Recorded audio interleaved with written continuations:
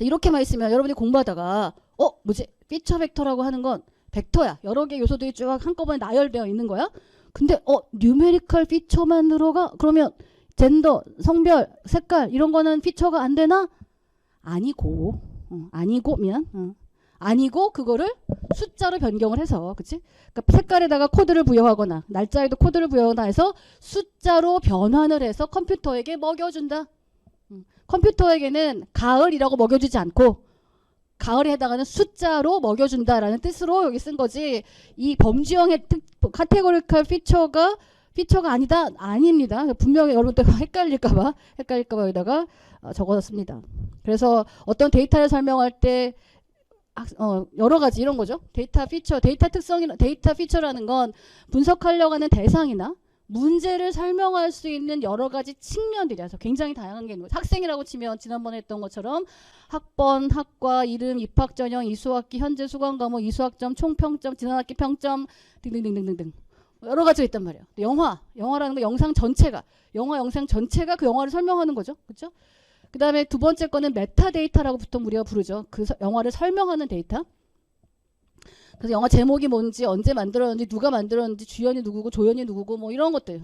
시대적 배경이 어떻고, 지역적 배경이 어떻고, 영화 길이가 어떻고, 대사가 어떻고, 등등등등. 이런 것들이 그 영화를 설명하는 또 피처가 됩니다. 그림은 또 그림 전체가 또 피처죠. 그게 그 자체가 여러분 피처인 거예요. 여러분을 설명하기 위한 또 부가적인 정보들이 생기는 거고요. 그래서 그림에도 뭐 그림 제목, 작가, 제작 시기, 그림 내 어떤 객체들이 있는지, 또 문서 자체가 데이터 피처이면서 문서를 누가 만들었는지, 제목이 뭔지, 언제 만들었는지, 왜 만들었는지, 목차가 어떤지 뭐 이런 것들이 있는 거죠. 그래서 데이터 피처라고 하는 건 굉장히 다양하고 내가 뭘 하려고 하냐에 따라서 자, 음악 추천 시스템 같은 거 만든다고 생각해 봅시다. 음악 추천 시스템을 만드는데 음악이 통째로 다 필요할까요? 아니죠. 그렇죠.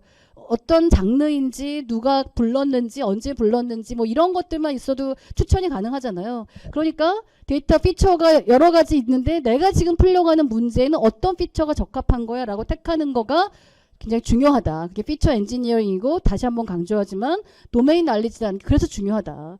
그래서 여기 소프트웨어 하는 사람들이 잘난 척하면 안 되고 그 도메인의 전문가와 친해져야 되고 그래서 그 도메인을 잘 이해해야만 성공한다라고 하는 겁니다. 당근마켓이 소프트웨어를 잘 짜서 성공했겠어요? 그 구매를 하려고 하는 사람들의 심리, 그렇죠? 어떤 그 경제 돈의 흐름 이런 것들에 대해서 잘 이해했으니까 사용자 시나리오가 나왔고 그게 성공으로 간 거예요. 당연히 그걸 이제 소프트웨어적으로 서포트를 했으니까 성공한 거지. 응? 그래서 하여튼 다시 한번 강조하지만 1학년이니까 자 앞으로 프로그래밍 과목만 듣지 말고 세상에 대해서 이해할 수 있는 다양한 교양 과목들이나 뭐 경영학과 과목들이나 이런 과목들을 들어서 눈을 크게 띄우라는 얘기를 다시 한번 강조합니다. 그래서 데이터에 대한 얘기 본격적으로 해보면 지난 시간에 빠르게 텍스트 데이터 얘기하다 갔죠. 그렇죠? 그래서 데이터라고 하는 건 우리가 처리하려고 하는 대상이에요. 사실 우리 여기서는. 그래서 데이터의 종류는 크게 텍스트냐, 이미지냐, 오디오냐, 비디오냐라고 이야기할 수 있다라고 하는 거고요. 자, 그래서 텍스트 데이터 여러분이 늘 카톡 열심히 타이핑하고 있고, 그렇죠?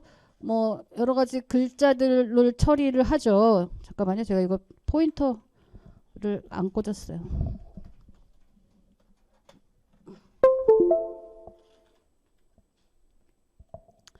근데 여러분이 이런 생각해 본 적 있어요? 저는 우리 집에 프린터가 있는데 여러분들 집에 프린터 중에 그냥 핸드폰에서 출력하면 프린터 이렇게 쭉 나오는 프린터 쓰나요? 집에? 아니야? 저희 집에 있는 프린터 그래요? 하여튼 그 와이파이 통신이 돼서 핸드폰에서 그냥 출력하면 이렇게 출력이 됩니다. 근데 저희 아드님들은 이게 너무 당연한 거야. 저는 라떼이즈 홀스지만 그치? 프린터 제가 지난번에 그 하드디스크 칭찬받았다는 얘기 했잖아요.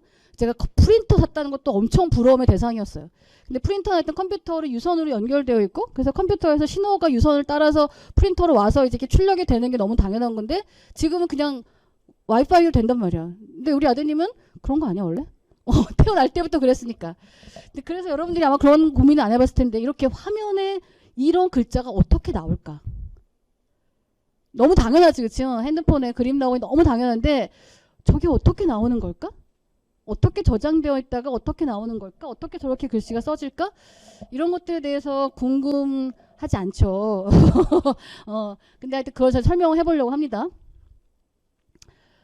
자, 컴퓨터는 다시 강조하지만 숫자밖에 몰라요. 그쵸? 얘는 글, 자, 이런 거 몰라요. 다 그게 다 숫자가 돼 있는 거야. 컴퓨터는 다 숫자로 돼 있는 거야. 자, 그러면 숫자들, 이런 글이라고 하는 거를 컴퓨터한테 저장시켜야 돼. 그럼 어떻게 해야 돼? 글에 해당하는 숫자가 정의되어 있어야 되고, 자라고 하는 거에 대한 숫자가 어딘가 정의되어 있어야 되고, 또 그래서 숫자가 있었을 때 이게 자다, 글이다 이렇게 매핑하는 그런 기능이 필요한 거죠.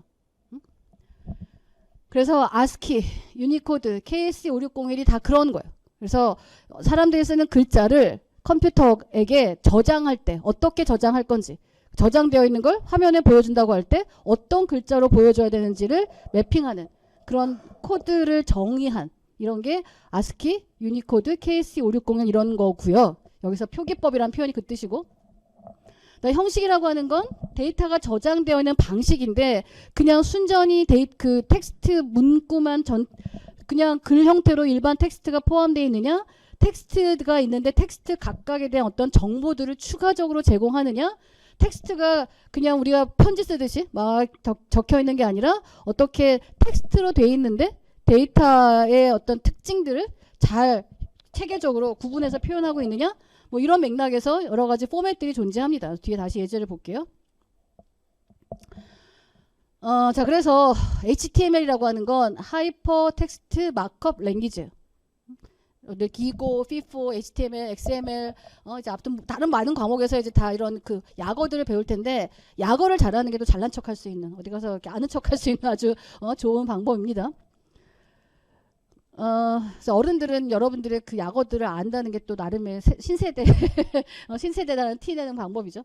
하여튼, 자, 그래서 하이퍼 텍스트 마크업 랭귀지인데, 하이퍼 텍스트라는 말 자체가 뭐냐면 텍스트에 다른 텍스트로의 링크. 여러분들 웹페이지에서 클릭하면 딴 페이지로 가고 클릭하면 딴 페이지로 가잖아요. 그런 식으로 핸드폰 하지 말라 그랬다. 페이지 간에 서로 다른 페이지 간에 링크를 갖고 있는 거를 하이퍼 텍스트라고 하고, 그거에 마크업 태그를 달아가지고 여기가 링크다, 여기가 링크다라고 하는 정보뿐만 아니라 얘를 각각의 텍스트를 어떻게 화면에 비주얼라이즈 할 건가 라고 하는 거를 그런 태그로 표현한 것이 HTML이에요. 자, 이걸 왜 알아야 되냐면 여러분들이 데이터 먹여줘야 되잖아. 여기 머신러닝 할 때 데이터를 먹여줘야 되는데 HTML 파일을 어떻게 구해왔어요. 자, 그 HTML 파일에서 여러분이 필요로 하는 건 저 태그일까요? 자, 이 HTML 문서를 웹브라우저가 화면에 표시하면 이렇게 표시할 겁니다. 자, 근데 여러분들은 웹페이지를 보면서 그 웹페이지에 제시된 정보에 관심이 있을 거잖아요. 그러니까 여기에 이런 글이 써 있구나. 요 글이 필요한 거잖아요. 여러분 어떤 데이터 분석한다고 할 때, 웹페이지에 있는 데이터 분석한다고 할 때 요 텍스트가 필요한 걸 거잖아. 자, 그래서 근데 이 페이지에 해당하는 HTML 문서를 받아오면 요렇게 생겼단 말이야. 자, 그러려면 어떻게 해야 돼? 결국 여기서 요거에 해당하는 부분만 끄집어내서 컴퓨터에 먹여줘야 되는 거야. 그러니까 제가 왜 HTML 여러분들 설명을 하냐면, 여러분이 데이터 분석을 위해서 웹을 막 뒤져가지고 크롤링을 해서 데이터를 가져왔단 말이야. 자, 그런데 그 데이터를 그대로 그 파일을 통째로 머신러닝 알고리즘에 먹여주면 되느냐? 아니라는 거지. 거기에서 필요로 한 걸 추출해야 되는데 그 문서가 어떻게 생겨 먹은지를 알아야 그 중에서 필요한 것만 추출할 수 있는 거거든요. 그래서 제가 굳이 여러분들한테 이 이야기들을 합니다. 그래서 혹시 HTML에 관심 있는 학생은 여기 링크를 따라가서 배워보면 좋고요. 또 라떼이즈 홀스지만 제가 대학원 다닐 때 처음 웹페이지라는 게 나왔어요. 그래서 그때는 또 자기 페이지 만드는 거가 사람들의 잘났다라고 하는 거를 요즘 여러분들이 아는 플렉스의 한 가지가 자기가 저 HTML 태그 공부해가지고 막 페이지 꾸미는 거가 그 당시 플렉스였어. 자, 그런데 HTML이라고 하는 건 이렇게 브라우저, 웹페이지, 화면의 페이지를 어떻게 구성할 건지, 어떤 이미지를 가져와야 되는지, 그 이미지의 크기는 어떻게 되는지, 그리고 각각의 단락들은 어떻게 분류할 건지, 뭐 이런 것들을 이 문서 안에 다 정의하고 있습니다. XML이라고 하는 건 HTML 확장판이라고 이해하면 되는데요. 익스텐저블이야. 확장 가능해. 뭐가? 태그들 여러분 마음대로 새롭게 추가해서 정의할 수 있습니다. 요 HTML 오케이 하여튼 넘어갈게요. 그래서 마크업 기호를 사용해서 데이터에 대한 추가적인 정보를 제공하는 거야. 이런 거예요. 자, 이렇게 러닝 아마존 웹 서비스 막 윌킨스 이렇게 써 있어. 그냥 이렇게만 있어요? 그럼 저거 여러분들이 여기서 어떤 정보를 얻을 수 있죠? 웹이란 단어가 있네. 아마존이란 단어가 있네. 서비스란 단어가 있고 마크란 단어가 있고 윌킨스란 단어가 있네. 그 이상은 아무 정보가 없어요. 그렇죠? 자, 그러니까 어떻게 하냐면 그냥 이렇게 텍스트 의미 없이 주는 게 아니고 야, 이거 있잖아. 책에 대한 정보야. 요 러닝 아마존 웹 서비스라는 건 책의 제목이야. 그리고 마크 윌킨스라고 하는 건 책의 저자 이름이야. 그러니까 텍스트를 그냥 주는 게 아니고 텍스트가 어떤 의미를 갖는지를 표시해서 줄 수 있게 하는 게 XML이라고 하는 거예요. 그래서 한때 데이터를 표현하는 방법으로 XML을 굉장히 많이 썼습니다.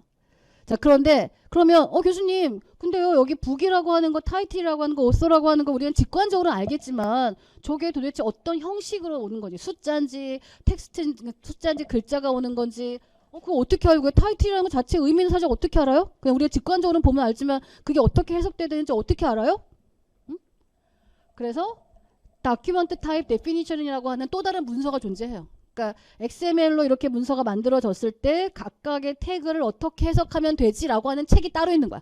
문서가 따로 있어서 거기에서 타이틀이라고 써있니? 그건 제목이니까 제목이라는 거야 라고 설명하는 글이 또 필요합니다. 그래서 사실 데이터를 표현하는 방법으로는 의미가 있는데 이거를 이제 프로세스 처리해서 하는 프로그램을 개발하려면 조금 번거로움이 있긴 한 거죠. 자, 그다음 CSV 엄청 많이 씁니다. 나중에 우리가 파이썬으로 실습할 거잖아요. 그때 CSV를 쓸 거예요. 가장 편하니까. 왜? 표야, 표. 표 형태의 데이터를 표기하는 거니까 요 칼럼 읽어오고 요 행 읽어오고 뭐 이런 거 너무 쉬워. 그 다음에 쉼표로 구분해서 굉장히 포맷도 단순해요. 그래서 연도 제조사 그러니까 첫 줄은 CSV 파일의 첫 줄은 칼럼명이야. 각각의 칼럼 제목이 나오고요. 그 다음부터는 이제 각각 데이터들이 나오기 시작합니다. 그래서 이런 거예요. 사실 이렇게 생긴 애야. 이렇게 생긴 표야. 이렇게 생긴 표인데 CSV로 표현해서 이렇게 되는 거죠. 그러니까 아래 한글의 표, 엑셀의 표, 다 아래 한글도 표를 표현하는 방법이 다르고 엑셀도 표를 표현하는 방법이 다르고 워드도 다르고 다 그 자체적으로 데이터를 저장하는 방법이 다르단 말이야. 그러면 워드에서 만든 거를 엑셀로 읽어오거나 뭐 할 수 있긴 하지. 카피 앤 페이스트가 하긴 가능하지만 이렇게 CSV 형태로 저장해 버리면 그러면 워드에서 읽어가든 엑셀에서 읽어가든 아래 한글에서 읽어가든 다 똑같이 이해하고 처리할 수 있기 때문에 그런 어떤 공통된 형식으로 CSV라는 걸 씁니다. 그냥 외우세요. 아, HTML이라는 게 있구나. XML이라는 게 있구나. CSV라는 게 있구나. 이제 앞으로 차차 부딪히면 잘 이해하게 될 수 있겠구나. 그다음에 아직 자바스크립트 이런 거 안 해봐서 잘 모르겠지만 그 자바스크립트라는 프로그램을 짤 때 자바스크립트라는 언어를 가지고 프로그램을 짤 때 처리해야 될 데이터를 저장하는 방법으로 이런 JSON 형식을 쓴다는 거예요.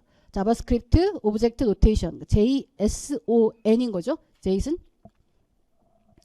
그래서 이렇게 표현한다고 합니다. 개라는 타입이 있고요. 개라는 오브젝트가 있고 그 개라는 오브젝트의 인스턴스로 식빵이라는 예제지만 넘어가지 않냐? 개 이름 식빵이고 콩콩이고 젤리라고 하는 세 마리의 개가 있어요. 그래서 이 개의 품종이 웰시코기 포메라니안 푸들이고 1살, 3살, 7살이고 뭐 체중이 이렇게 된다고 합니다. 그래서 세 마리의 강아지가 있는데 그 강아지에 대한 정보를 저장하는 방법으로 독이라고 하는 그런 그 이름을 정하고 그 다음에 그 독이라고 하는 녀석한테는 이름이라는 속성이 있고 품종이라는 속성이 있고 나이라는 속성이 있고 체중, 몸무게라고 하는 속성이 있다. 그래서 그 4개의 속성들에 대해서 각 강아지들은 요런 값들을 갖는다라고 저장을 한다는 거죠. 그래서 만약에 XML로 표현한다고 치면 XML로 어떤 사용자 정보와 비밀번호를 표현한다라고 치면 이렇게 유저 로그인 정보의 시작입니다. 끝입니다.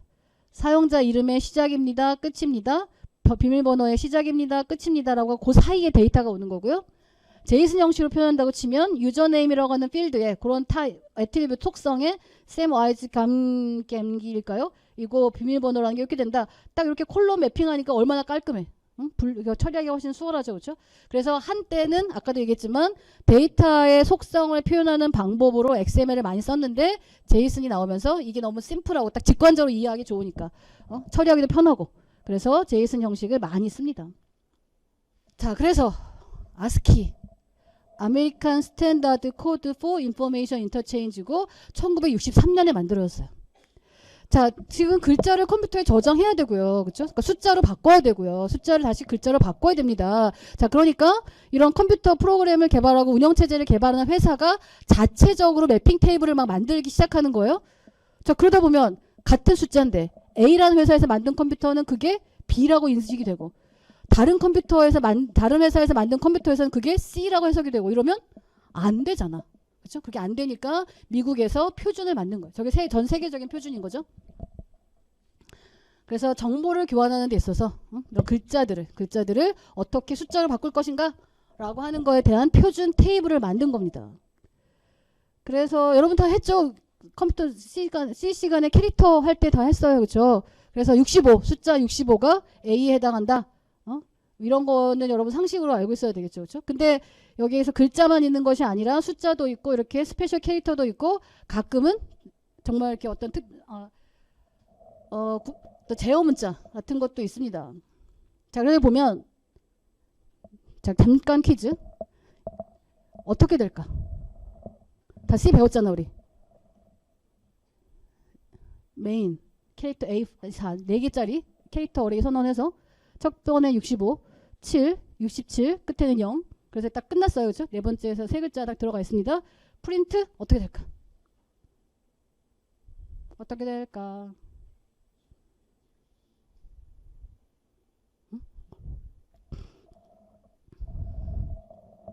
두구두구두구두구 어떻게 될까? 한번 집에 가서 해보세요. 지금 뭐 C 코드 있는 사람 해봐도 돼요. A, C, 7. 집에 해봤어요? A, C 출력하면서 딩딩 하고 소리 나요. 이게 벨이잖아, 벨. 7번이 벨이라서 딩딩 하고 소리 납니다. 집에서 한번 해보세요. 어려운 거 아니고 그런 걸 여러분 직접 해볼 수 있어요. 하여튼 그래서 아스키 코드는 원래 127이야. 그러니까 8비트, 한 바이트가 8비트인데 그 중에 7비트를 가지고 이런 숫자 영어 알파벳과 이런 그 구두점, 뭐 공백 문자, 제어 문자 이런 것들 표현을 했습니다. 자, 그런데 미국만 쓰나? 아니지. 그렇죠. 유럽도 쓰잖아. 그렇죠? 그래서 유럽에서 야, 뭐야, 니네만 쓰면 어떡해.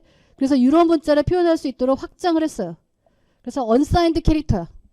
얘는 8비트를 다 쓰는 거기 때문에 첫 번째 비트를 이 데이터를 표현하는 데 쓴다라고 마킹을 해야 돼. 그래서 여러분들이 만약에 이렇게 아스키 코드를 쓰는데 유럽 문자를 쓰고 싶으면 언사인드 캐릭터라고 표시를 해야 돼요. 타입 데피니션 할 때 그냥 차가 아니라 언사인드 차라고 해야만 합니다. 근데 또 테스트하다가 실패했는데 하여튼 이렇게 해야 돼요. 근데 이게 로케일, 그러니까 글자를 화면에 표시하는 게 아까 코드셋 얘기했잖아요. 그래서 그렇게 그냥 커맨드 창에서는 이게 출력이 안 되더라고. 얘는 문제가 없는데 아까 그건 너무 쉽게 제가 커맨드 창에서 테스트할 수 있었는데 요거는 사실 실패해서 더 해봐야 되는데 그냥 중지했어요. 한번 해보세요. 아까 했던 것처럼 미안. 아까 했던 것처럼 여기다가 뭐 150 얼마 뭐 이런 숫자 집어넣어가지고 어떻게 화면에 출력되는지 한번 해보기 바랍니다.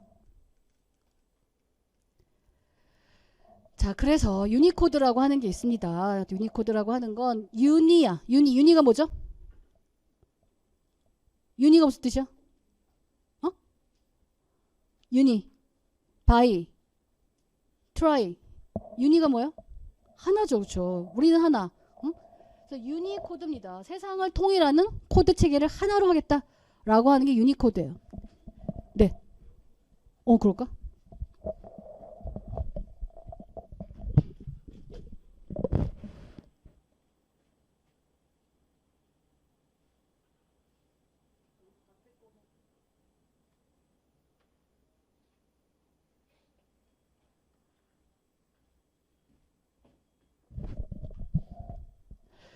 자, 그래서 이 프로젝트가 왜 생겼냐면 전 세계 이제 막 컴퓨터가 활성화되면서 전 세계 사람들이 욕심을 갖기 시작한 거야. 자, 세상에 존재하는 모든 글자들을 다 컴퓨터에 저장하자. 그러다 보니까 전 세계에 있는 모든 글자들을 하나의 코드셋으로 저장을 해야 되겠다라고 해서 유니코드라는 걸 만들기 시작한 거고요. 159개 이상의 글자들, 그러니까 그 스크립트라고 표현하는 거 한국어, 중국어, 일본어, 뭐 이런 유럽어, 독일어, 심지어 이집트 상형 문자 이런 것들 다 코드를 부여하는 거야. 그 다음에 구두점, 점 찍고 콜론, 세미콜론 뭐 이렇게 따옴표 이런 거 다 표현하는 거고, 그 다음에 숫자, 심지어 괄호에 쌓인 문자. 그래서 괄호에 쌓인 문자 어떻게 보니까 괄호에 쌓인 문자는 21까지는 유니코드에 코드가 등록이 돼 있어요. 근데 그 이후로 안 돼서 이렇게 뭐 한글에서 표현할 때 덮어쓰기 뭐 이런 거 해야 된다는 게 나오는데, 괄호에 쌓인 문자 어디까지는 유니코드에 등록되어 있는 거고 어디는 아닌 거고. 그리고 베트남어, 프랑스어 같이 막 C에다 위에 땡땡 붙이고 막 이런 것들, 이런 결합 문자. 그 다음에 기호. 근데 재밌는 게 이모지예요. 이모지란 말 들어봤죠? 근데 이모지에서 이모지란 이름이 왜 나왔을까? 근데 여러분들 중에는 이모티콘의 이모라고 생각해서 이모션의, 근데 그게 아니야. 자, 잘난 척.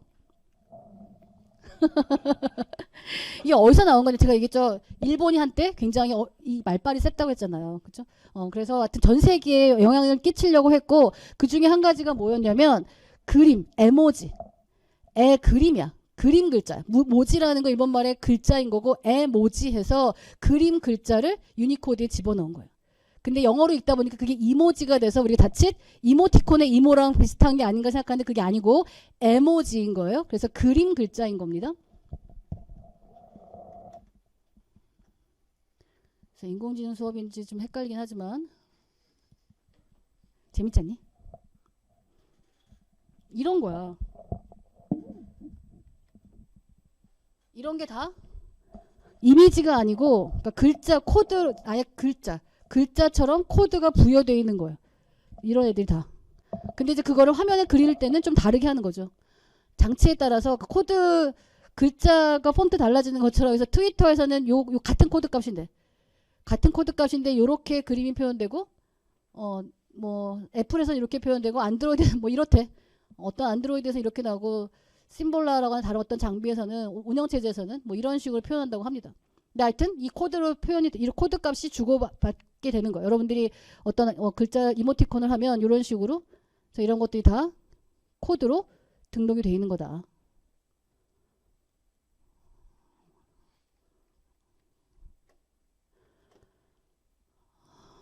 그래서 에모지가 아니고 이모지다라고 하는 거. 잠깐만, 슬라이드쇼가 어디로 갔니? 자, 그런데 그렇고요. 그래서 2바이트를 써서 2의 16제곱개만큼의 그런 코드를 부여하고 있습니다. 그런데요, 이거를 컴퓨터가 그냥 쓰지 않아요. 그대로 그냥 쓰지 않고 이거를 인코딩을 합니다. 변환해서 저장을 해요. 그래서 유니코드의 A가 UTF-8, UTF-7, UTF-32 어디까지는 한글 써 어디 영어 쓰고 이상하지. 하여튼 그래서 이렇게 유니코드로 되어 있는데 그걸 실제 컴퓨터에서 처리할 때는 UTF-8이라고 하는 방식으로 변환을 해서 가요. 그래서 아까 2바이트로 했잖아. 2바이트이기 때문에 A에 해당하는 유니코드는, 그러니까 ASCII 캐릭터는 그대로 가져왔어요. 코드 값을 그대로 가져와서 A는 65야. 근데 여기는 41이라는 건 16진수라니까 그런 거지. 그치? 41. 그래서 A는 앞에 8비트가 0, 그 다음에 뒤에가 65에 해당하는 2진수가 되는 거고요. 근데 그걸 UTF-8이 되면 맨 앞에 0으로 하고 뒤에 이렇게 값이 옵니다. 그 다음에 파이에 해당하는 거가 유니코드로 이렇게 코드 값이 정의되어 있는데 이거를 컴퓨터에서 처리할 때는 이렇게 바꿔서 쓰고, 우리나라 한이라고 하는 거는 이렇게 유니코드에 이런 값이 주어져 있는데 실제 컴퓨터에 저장될 때는 이런 값 ED959C 이런 값으로 저장이 된다는 거예요. 교수님 뭐예요? 컴퓨터가 글자 인식 못해가지고 숫자로 해서 유니코드 만들었는데 그걸 또 바꿔요? 왜 바꿀까? 응? 아니 기껏 캐릭터들을 컴퓨터에 저장하려고 코드를 정의했는데 이제 와서 또 바꿔? 왜 이런 코드 변환을 왜 하지? 다 이유가 있겠죠? 왜일까? 왜 비효율적이야? 응, 응, 응, 응. 그치. 예를 들어서, 그쵸? 근데, 요런 애들은 어차피 2바이트 쓰는 거야? 근데 이렇게 아스키 코드, 원래 아스키 코드에 해당하는 것들은 원래 1바이트 다 끝나는 게임인데, 유니코드로 하면서 2바이트가 돼버린 거잖아요. 그러니까 공간을 2배로 쓰니까 낭비인 것도 있고. 자, 그 다음에, C에서 어떤 캐릭터가 끝났다. 응? 캐릭터 어레이 선언하고, 그 캐릭터의 글자가 끝났다라는 거 어떻게 판단해요? 어느 한 바이트가 글자가 쭉 그러니까 0이 아닌 값이 쭉 바이트 단위로 쭉 나오다가 어느 한 바이트가 통째로 0이면 아 끝났네 라고 생각하잖아요. 그러니까 만약에 이 A를 그대로 저장을 하면 쭉 읽어오다가 여기서 0이네? A라는 글자 유니코드를 그대로 사용을 하면 캐릭터에 A가 이 앞부분에서 뭐야 이거 0이잖아 캐릭터 끝났잖아 라고 생각해서 이게 뒤에 글자를 읽지도 않을 거라고요. 응? 이해가 가나요?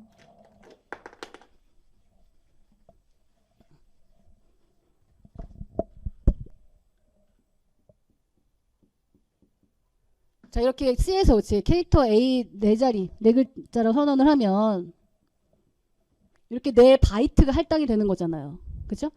자 그런데 만약에 유니코드 A 원래 유니코드가 0041이잖아. 응? 0041이니까 헥사로 헥사데시말이에요. 내가 A를 저장했어요. 그러니까 A에 어떻게 저장을 했을까? 아무튼 이렇게 저장이 돼 있으면 여기서 이 앞에 뭔가 있다고 치고 이렇게 A를 저장했을 때 파이를 해볼까? 파이 A 뭐 그렇게 쓸 일 없을 것 같긴 하지만 여기가 80이야. 그치? 미안. CF80 여기가 CF80 그래서 이게 파이고 A가 저장돼 있다고 합시다. 유니코드로 하면 그래서 쭉 읽어가. 여기가 널 캐릭터가 0이 아니네? 0이 아니네? 근데 여기 딱 왔더니 전체가 다 0이야. 그치? 그러니까 여기 파이만 저장돼 있다고 착각할 수 있단 말이야. 그죠? 그러니까 그래서 안 되겠다. 그럼 얘를 이대로 저장해서는 C에서 언어 처리하는 거에 있어서 문제가 있겠구나라고 해가지고 이런 일이 발생하지 않도록 한 바이트가 통째로 0이 되는 일이 발생하지 않도록 이렇게 바꾼 겁니다. 트랜스포메이션을 하는 거예요. 그러니까 한 글자면 한 바이트면 되는 걸 굳이 2바이트 쓰는 낭비, 공간의 낭비도 있고 그다음에 C라고 하는 녀석이 스트링을 이해할 때 널 캐릭터를 만나면 그냥 거기서 스트링이 끝났다고 판단하는데 저렇게 2바이트짜리를 집어넣게 되면 뒤에 데이터가 있음에도 불구하고 캐릭터가 끝났다라고 판단하는 그런 오류가 발생하기 때문에 그런 상황을 막기 위해서 통째로 한 바이트가 0이 되는 상황을 막기 위해서 이런 식으로 변화하는 규칙을 만들었다는 거예요. 그런 게 있고 외울 필요 없어요. 그런 게 있구나. UTF-8이라는 게 있구나. 우리 생활에. 그래서 여러분들이 한글로 안녕하세요라고 쓰잖아요. 그러면 요거 UTF 유니코드로는 C548, B155, D558, C138, C694 요렇게 하나씩 매핑이 되는 거고 근데 UTF 컴퓨터에 저장될 때는 UTF-8이라고 하는 방법을 통해서 얘가 되고 이렇게 한 글자씩 이렇게 변환이 돼가지고 컴퓨터에 저장이 됩니다. 그러니까 여러분이 5글자 썼다고 생각하지만 실제 컴퓨터에 저장될 때는 몇 글자? 한 바이트 그렇죠? 여러분은 한 글자가 한 바이트라고 생각할 수 있으나 실제 저장될 때는 그 곱하기 3이 된다는 거예요.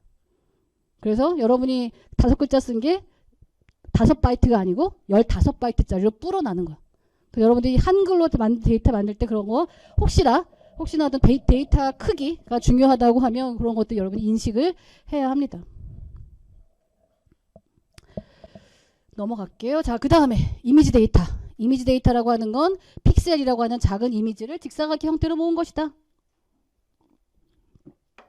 실제 컴퓨터는 이렇게 사각형으로 기억하지 않죠. 쭉 시퀀셜하게 저장을 하겠죠. 저장을 하지만 가로가 100, 세로가 10 이렇게 되면 100씩 끊어서 읽어가지고 화면에다가 이렇게 쭉 찍어주는 겁니다. 그래서 이런 이미지가 있다라고 치면 실제 컴퓨터는 어떻게 보고 있느냐. 여기 잘 안 보이지만 167, 163, 174, 168 얘한테 이렇게 보이는 거야. 컴퓨터한테는 우리 눈에 이렇게 보이지만 컴퓨터는 이런 숫자들의 어레이 이런 숫자들의 어레이라고 이해를 하는 거고 픽셀이라고 하는 건 화면 이미지를 구성하는 최소의 단위, 픽셀, 픽처 셀, 이제 이런 거죠. 그래서 이 PPI라는 표현을 쓰는데 픽셀 퍼 인치, 이게 크면 클수록 해상도가 높아지는 거죠. PPI라는 표현. 그래서 파일 형식에 보면 빅맵이라는 게 있고 PNG라는 게 있고 GIF라는 게 있고 JPEG이라는 게 있고 뭐 그 외에도 엄청 많이 있어요. 엄청 많이 있는데 자 그러면 인공지능한테 머신러닝한테 데이터를 먹여줘야 되는데 아까는 텍스트를 먹여주는 얘기를 했었고요. 아 잠깐 이왕 텍스트가 나온 김에 이 얘기까지 하자. 여기선 얘기 안 했는데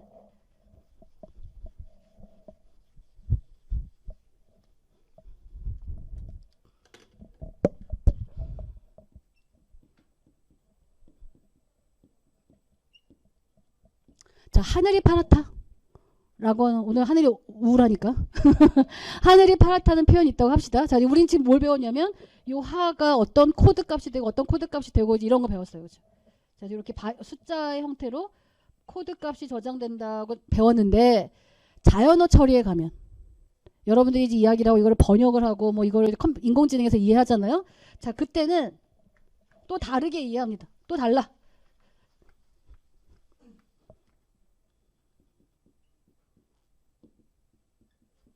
자연어 처리에서는 워드 임베딩이라는 걸 해요.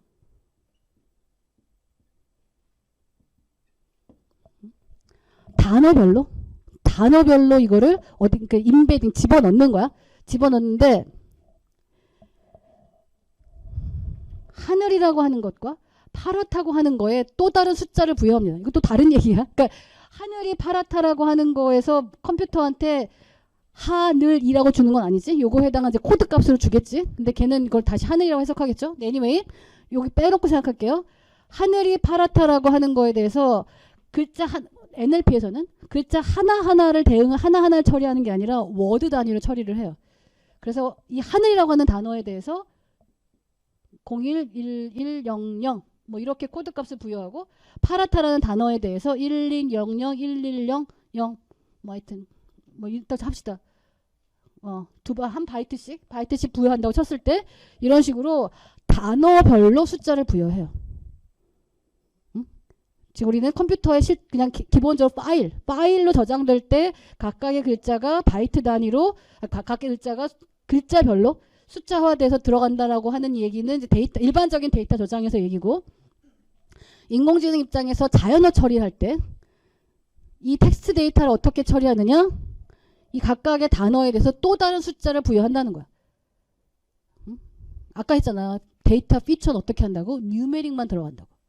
그러니까 여러분 아까 성별에 대한 거라든지 날씨에 대한 거라든지 어떤 계절에 대한 것들이 가을 이런 게 숫자가 되는 거잖아요. 근데 그 숫자가 요 코드 유니코드의 가을이 아니고 또 다른 어떤 코드화 돼서 간다라고 하는 거, 그걸 워드 임베딩이라고 하고, 그 워드 임베딩이라고 하는 건 또 어떻게 재미있냐면 비슷한 값을 비슷한 성질을 갖는 것들은 비슷한 값을 갖게 하는 뭐 그런 룰이 있습니다. 그래서 제가 얘기하는 건 뭐냐면, 혹시 갑자기 텍스트 얘기를 쭉 했으니까 NLP에 혹시 한번 관심 있는 친구들은 워드 임베딩이라는 거 보라는 거야. 워드 임베딩. 또 다른 세상입니다. 되게 재밌어요. 그 얘기까지 하고 갈게요. 그 다음에 이제 이미지 데이터라고 하는 거고요. 그래서 그냥 봅시다. 이건 거의 컴퓨터 공학 개론인데 이미지에 가장 흔하게 쓰는 건, 가장 단순한 건 BMP예요. 빈맵이에요. 빈맵이고, 그래서 빈맵 뭐냐면 요 각각의 요 픽셀 단위에 요 지금 160짜리라고 돼 있잖아. 이걸 그대로 그냥 비트 167의 비트 표현으로 그냥 하는 거예요. 바이너리 이진수 표현으로 저장하고 있는 걸 빈맵이라고 합니다. 그래서 각각의 픽셀들의 그 값들을 쭉 그냥 어레이형 값을 쭉 시퀀셜하게 저장하는 그런 방식으로 저장하는 거고요. 자, 그런데 헤더에는 근데 그냥 그 값만 있는 게 아니고요. 그러니까 여러분 이건 이해해야 돼요. BMP, JPG, GIF 이런 파일들이 있잖아요. 그 파일들은 헤더라는 게 있어요. 파일 안에 헤더가 있어서 그 헤더 안에 이 파일의 가로가 얼마, 세로가 얼마, 뭐 이런 정보들이 다. 키자 좀 덥다, 그치? 미안.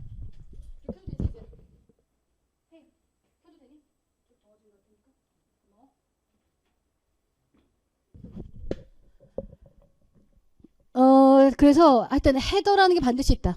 그래서 그 파일을 어떻게 해석해야 될 것인지에 대한 힌트가 들어가 있는 거고 이 힌트에 근거해서 데이터를 이해하는 거다라고 하는 이야기고요. 그냥 쭉 갑시다. 여러분들 상식적으로 이런 게 있다라고 하는 거고 굳이 여러분 외울 필요 없어요.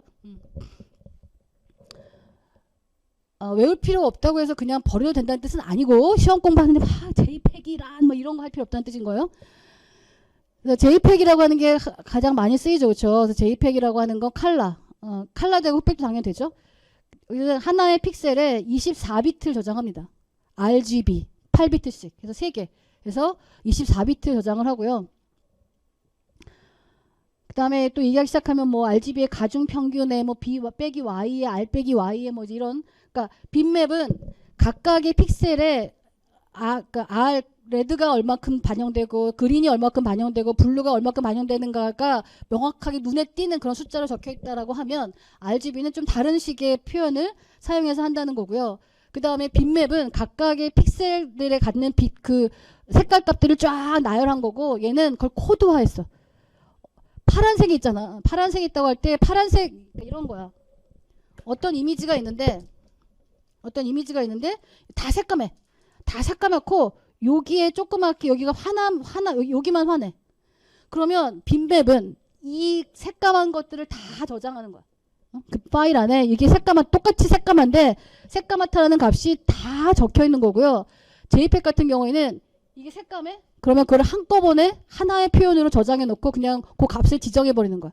그래서 요만큼을 다 하나의 표현으로, 하나의 간단한 표현으로 바꿔버리고 실제 저장할 때 이거를 뭐 ABC 이런 식으로 매핑이다. ABC라고 하는 것은 전체가 요만큼이 다 새까맣다는 뜻이다 라고 해놓고 실제 저장할 때 ABC 라고 해서 저장하는 용량을 줄이는 뭐 그런 방법을 사용을 합니다. 자, 그래서 이렇게 이미지라고 하는 걸 저장할 때 빗맵이라고 하는 방법, JPEG이라는 방법으로 저장을 하는데, 자, 머신러닝 알고리즘의 데이터를 먹여야 돼. 데이터를 먹이는데 JPEG 파일을 그대로 먹일까? 빗맵 파일을 그대로 먹일까요? 아니죠. 어떻게 먹여야 돼요? 그림을 이해해야 돼. 그림을 이해되면 이미지 데이터를 머신러닝에서 강아지 그림 먹이고 고양이 그림 먹이고 닭 그림 먹여야 되잖아. 그치? 자, 그러면 고양이에 해당하는 그림, 닭에 해당하는 그림을 그냥 닭.jpg, 닭2.jpg, 닭3.jpg 그냥 그 파일 통째로 먹이면 될까? 그 이미지, 닭의 이미지를 먹여야 되는 거잖아요. 그렇죠? 그러니까 물론 프로그램이 워낙 잘 돼 있어서 여러분들이 머신러닝 알고리즘을 쓸 때 여러분이 굳이 그 일을 할 필요는 없어요. 뭐 파이토치라든지 그 판다스의 라이브러리가 다 알아서 해주지만 어떤 일을 하는 거냐면 저 JPEG 파일 안에 헤더를 다 읽어 가지고 요 밑에 얘는 굉장히 압축적으로 표현되어 있지만 그것들을 다 픽셀 단위의 빗맵으로 트랜슬레이션 해가지고 먹여주는 거예요. 지금 라이브러리들이 다 잘 돼 있기 때문에 여러분이 그럴 필요가 없지만 머신러닝 알고리즘에 먹일 때는 원래의 이미지, 내가 화면에 보이는 그 그림 그대로, 그 그림 그 정보대로 머신러닝 알고리즘에 먹여줘야 된다라고 하는 거고, 이 빗맵은 그대로 요것만 따다가 보여주면 돼요. 빗맵의 경우에는 요 이미지 요것만 그대로 뜯어다가 머신러닝 알고리즘에 먹여주면 되지만 JPEG은 잔뜩 압축되어 있기 때문에 이걸 다 해석을 해가지고 픽셀 단위의 값으로 바꿔서 먹여주는 일을 해야 되는데 친절한 그 라이브러리들이 다 알아서 해준다. 여러분이 그걸 굳이 고민할 필요는 없지만 그런 일이 벌어진다는 사실 여러분들이 알았으면 좋겠다는 거예요. 자, 그 다음에 오디오 데이터에 대한 얘기인데요. 이런 얘기입니다. 여러분 제가 말 막 하고 있어요. 말 하고 있죠? 이 컴퓨터로 들어가죠? 컴퓨터로 들어가가지고 스피커로 나오고 있어요. 그렇죠? 자, 근데 이게 어떤 일이 벌어지느냐? 제가 말하는 건 아날로그예요. 막 피치가 있는 아날로그가 들어오는 거죠. 근데 이게 스피커로 나오고 있어요. 어떻게 벌어지는 거냐면 여기서 제 걸 샘플링을 하고 있어요. 제가 얘기하는데 20ms당 혹은 뭐 10ms당 제가 어떤 에너지를 가지고 말을 하고 있는지 다 샘플링을 해. 그게 다 흘러서 컴퓨터로 들어가. 물론 이게 여기 흘러서 컴퓨터에서 할 수도 있어요. 여기서 일정한 시간, 일정한 간격으로 어떤 에너지, 얼마만큼의 에너지로 이 사람 소리가 에너지가 발생하고 있는지 체크를 합니다.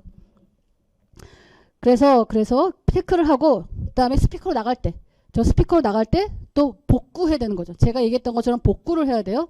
그래서 이렇게 샘플링 된 것들로부터 다시 아날로그 신호를 만들어내서 플레이되고 있는 겁니다. 그러니까 얼마나 여기 이 스피커와 이 마이크가 얼마나 자주 샘플링 하느냐. 그쵸? 여기 보는 것처럼 2번 샘플링 할 때, 6번 샘플링 할 때, 10번 샘플링 할 때 점점 더 많이 샘플링하면 샘플링할수록 제가 말하는 소리에 가까운 모습으로 만들어 가잖아요. 그죠? 그러니까 좋은 마이크, 좋은 스피커라고 하는 건 샘플링을 얼마나 자주 하느냐라고 상관이 있는 거고. 자, 그래서 샘플링을 제가 여기 발표했었던 게 뭐냐면 이게 2번 샘플링 하는데 아주 운이 좋게도 2번 하는데 피크를 쳤어요. 피크 2번 했으니까 이 대충 모양이 나오지만 만약에 2번을 찍는데 이렇게 찍으면 전혀 엉뚱한 데이터가 된다라고 하는 거죠. 자, 그 다음에 퀀타이제이션이라는 게 있습니다. 컴퓨터는 숫자죠. 숫자니까 감지된 신호를 숫자화해야 되는데 숫자화할 때 내가 한 비트만 쓰느냐 2비트를 쓰느냐 3비트를 쓰느냐에 따라서 소리의 차이가 점점 더 섬세하게 나타날 수 있다. 만약에 한 비트만 사용하면 소리가 없거나 있거나 밖에 없지만 3비트를 사용하게 되면 조금 더 정교하게 소리의 세기들이 달라지게 된다라고 하는 거고, 그래서 파일 크기가 커지면 커질수록 그치? 그 파일 크기가 커진다는 건 소리에 대해서 각각의 감지된 신호에 대해서 더 많은 비트를 사용해서 표현한다는 거기 때문에 더 매끄러운 더 원소리에 가까운 소리를 만들어낼 수 있다라고 하는 거죠. 그래서 웨이브, MP3, AAC 뭐 이런 것도 있다라고 하는 거고요. 그래서 사실 마이크 쓸 때는요 낮은 소리로 하는 게 좋아요. 왜냐하면 피크 소리가 어느 이상 되면 얘가 감지 처리를 못하고 잘라버려요. 그래서 제가 지난번에 여러분들한테는 그래도 좀 강의할 때 좀 편한 편인데 제가 외부에서 발표 평가를 하거나 이럴 때 이제 긴장하니까 더 빨라지고 하이톤으로 가요. 그래서 지난번 줌으로 이제 평가를 받는데 항의가 들어왔어. 천천히 하시고 목소리를 낮추세요.